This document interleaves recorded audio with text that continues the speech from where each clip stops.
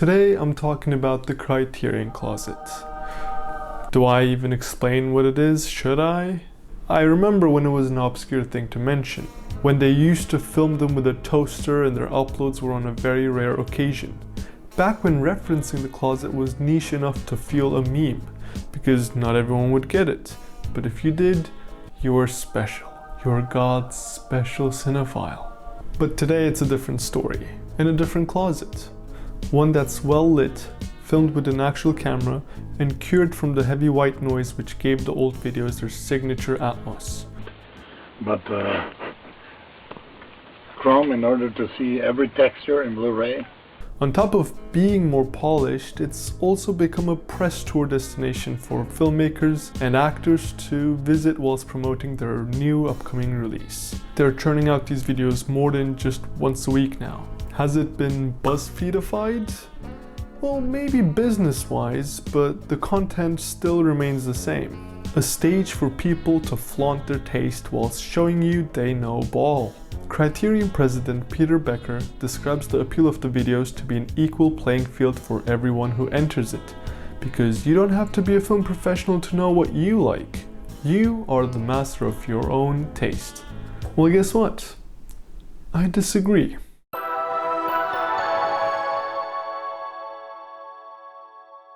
Over the years, the Criterion Closet has been mythologized as a sacred space for cinephiles, and the memes are a big part of it.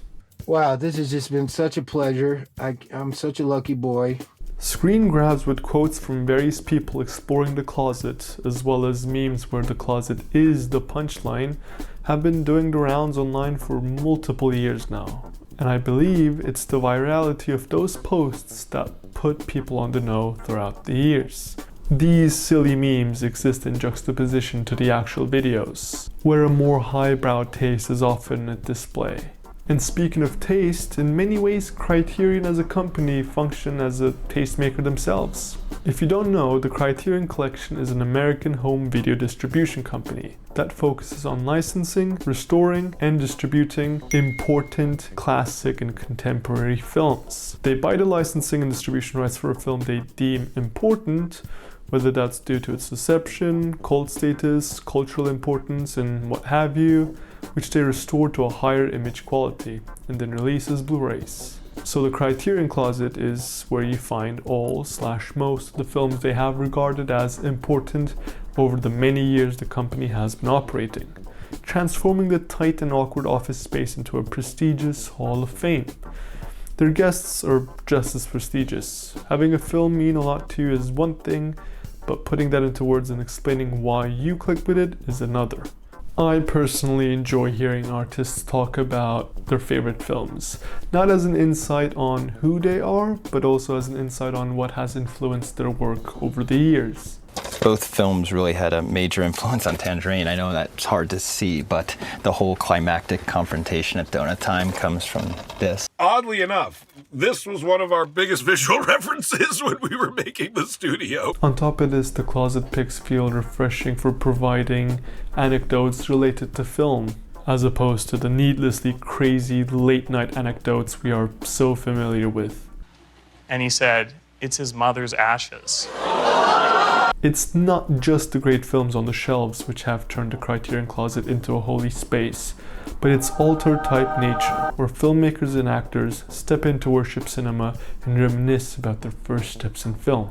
But how can the Criterion Closet be the church of cinema if it's not open to the public? Well, the answer is simple. Well, in fact, it's just one word. Wheels. You put that shit on wheels. That's right, you better look both ways before you cross the street, because the Criterion Closet can flatten you like a Blu-ray if you're not careful. Last year, the company created a replica of the Criterion Closet inside a van and took it on a road trip around the States just for you, so you can experience what it's like to be at a retail store or like a DVD store at a Criterion section. I'm kidding, it's obviously not the same thing, because for that you don't have to wait 5 hours. To nobody's surprise, the Criterion van proved to be an immense success with extremely long queues and wait times. The 5-hour wait is not an overstatement, but believe it or not, it's an understatement, with people online reporting up to a 9-hour wait time. What awaits you at the end of the line is not just a Blu-ray closet, but really a stage. That's the grand appeal, isn't it? Filming your own closet pic. Just like all the famous people who've made it, now you get to have a go and become a tastemaker, where you carefully, or hectically, due to the 3-minute time constraint, pick out the films that made you. Why is that the appeal? Well, that takes us to the crux of this video. I like, therefore I am. Taste as social identity. In this day and age, social media has become the platform where we predominantly display and curate who we are. And one of the many ways we do that is through posting what we like. Posting a story with the book you're currently reading, a video with your friends at a certain concert, or a Polaroid picture of you in a Criterion closet. Personal interests have become public statements.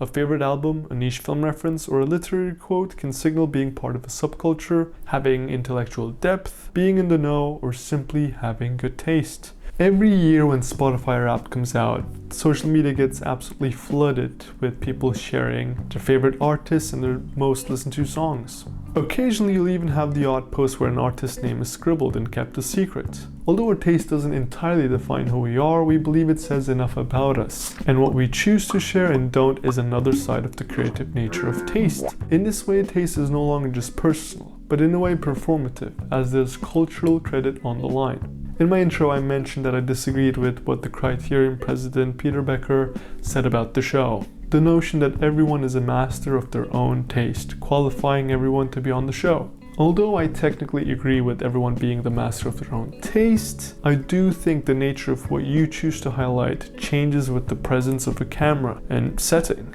And how can it not? The presence of an audience inevitably shapes what we choose to highlight. I know for a fact that I would have 2 different answers to the question, who's your favorite filmmaker, if asked by 2 different people. While I am the master of my own taste, my answer would change regarding the person that I'm speaking to or how the conversation is flowing and la-di-da-di-da. It's not that either answer is dishonest, but more so about reflecting a part of myself.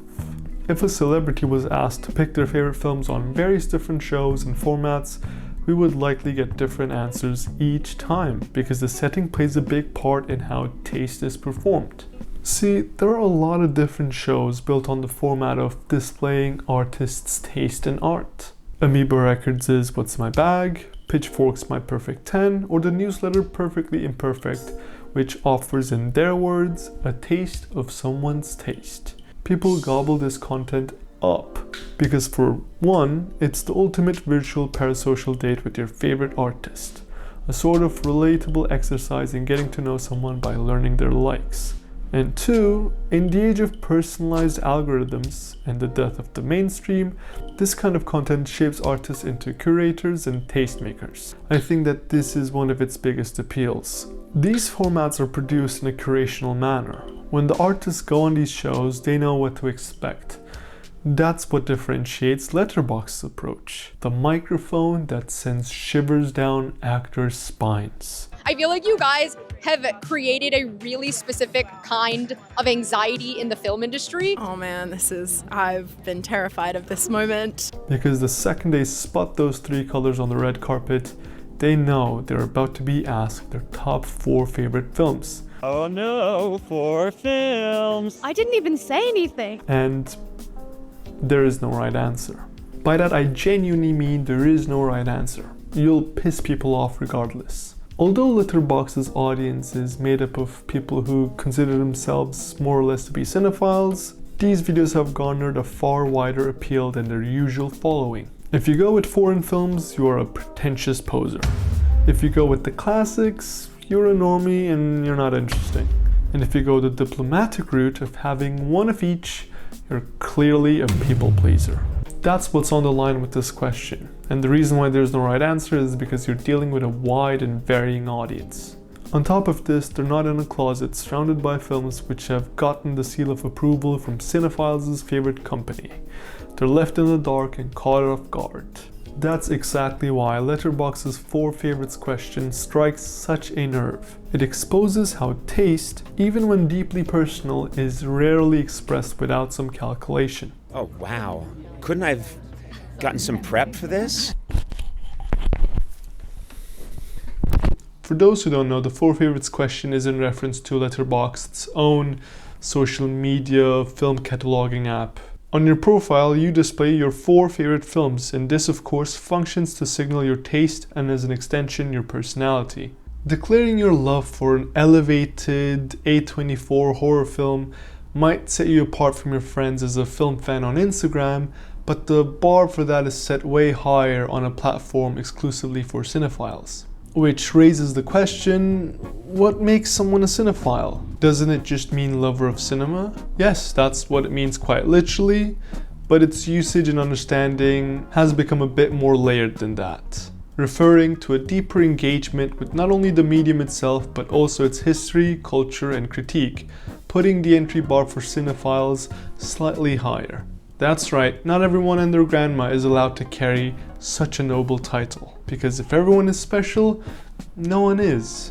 But once again, who decides who is a cinephile or not? And that's where taste once again comes into play. Film is of course a subjective art form, and even though it's a fairly young medium compared to music, theater, and painting, it's still extremely vast with many varying subcultures, genres, periods, and industries. Yet among cinephile communities, there's an implied hierarchy in place, which reinforces the idea that certain films, and as a result their viewers, possess greater cultural capital and a better understanding of the medium. At the top, you'll of course find films by accomplished auteurs, international cinema, and overall films with intellectual and artistic depth. Below it are the widely available and accessible mainstream films with emphasis on entertainment. On Letterboxd, taste and opinions are at the forefront, and even though we're the masters of our own taste, we have seen how the setting affects how taste is performed. I always like to say that I use Letterboxd as a personal diary, but the irony is that everybody else has access to it. And can an unbiased and non-performative diary truly exist online?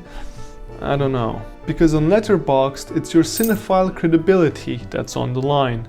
This means if you weren't a big fan of that one 1970s classic that everybody else loves, you might want to keep that to yourself. Because in the age of social media where you are just a stranger, it doesn't take many unpopular opinions before people press unfollow. That's the same case with my YouTube channel right here. If I would have started this whole thing on my least popular opinions, I might have come across less reputable in my knowledge on films. The belief that our film taste signals our understanding of the medium is one of the reasons why we label some films as guilty pleasures, or look inwards when we don't like a renowned classic. Maybe I didn't understand it. That said, this isn't to suggest a hive mind amongst all cinephiles, because how can there be one within a medium with such a broad reach? What does exist that could be viewed similarly is the film canon, a large body of films which are widely considered to be the most important and influential works in the history of the medium.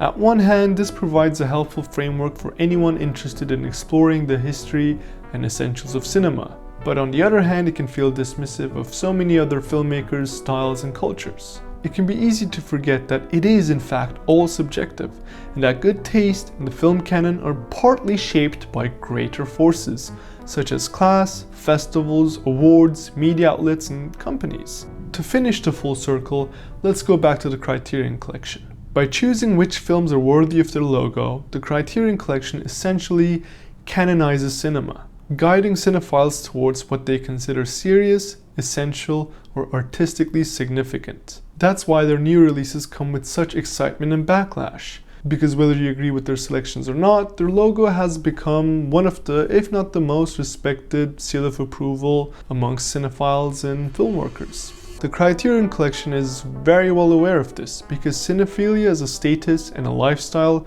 is very much their brand. The Closet Pick videos are about the films as much as they are about the cinephile lifestyle. Binge-watching films, movie-going anecdotes, collecting and preserving physical media, waiting in line for hours for your passion. Putting the closet on wheels and inviting viewers to be a part of it and turning it into a communal experience is a genius move on their end, and it's the reason why they're as beloved as they are. Don't forget, when you line up for multiple hours in front of the Criterion van, you're not only queuing up to purchase Blu-rays or step onto a stage, you're getting the seal of approval yourself to prove the world that you are in fact a capital C cinephile. And it comes with a receipt, because at the end of the day, it's a business.